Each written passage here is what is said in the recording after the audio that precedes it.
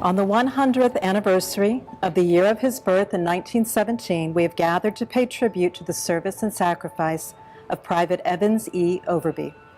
For nearly 75 years, Evans was one of the many unknown soldiers buried in a mass grave at the site of the Cabana Tuwan POW camp and recognized on the wall of the missing here at Manila American Cemetery. However, last year his remains were identified and he was finally returned home to his family in Erwin, Tennessee. This long journey began in the heart of the Blue Ridge Mountains, where, like many children of this era, Evans was a product of hardworking laborers from small farms and coal mines. Overbey's life was centered in the mountains between Virginia, West Virginia, and Tennessee, but he then left his homeland to serve his country on the other side of the world. In June 1941, at the age of 24, Overbey enlisted in the U.S. Army Air Corps in Roanoke, Virginia. He was assigned to the 19th Bomber Group Heavy of the 93rd Bomber Squad and was deployed from California to Clark Army Airfield in the Philippines as part of the Far East Air Force. I am sure this mountain boy was amazed by the vastness of the Pacific Ocean, the prospects of living on an island, and working at the hub of American military forces in the Eastern Hemisphere.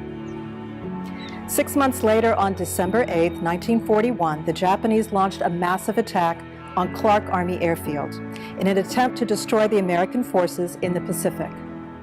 Overbey and his fellow soldiers worked diligently to protect as many of the bombers as they could, but many were damaged and destroyed. General Douglas MacArthur and his support staff were evacuated, but Overbey and other troops were left to protect the Philippines in the Battle of Bataan. Though they fought valiantly, by April 1942, the Japanese overwhelmed the American and Filipino forces, and they surrendered. As a result, Overbey was one of approximately 75,000 prisoners of war marched across the Bataan Peninsula in the 65-mile death march. The treatment during these 2 weeks was brutal, with some prisoners bayoneted, buried alive, and run over by Japanese vehicles. Private Overbey was one of the lucky ones. He survived in spite of marching without food, water, and rest for periods up to 24 hours at a time. I admire his courage and determination to live through such an ordeal, and for his efforts he was awarded the Bronze Star.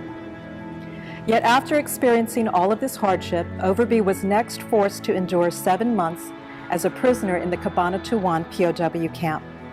It was disease that finally took the life of Private Overbey at the age of 25. He died on November 20th, 1942, as a result of pellagra, and was buried in a mass grave. Only last July 2016, after his remains were positively identified through DNA analysis, Private Overbey was finally brought home to his family in Tennessee for burial.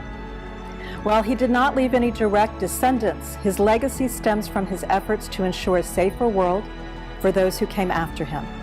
You have my gratitude, Private Evans Overbey. We thank you for your service.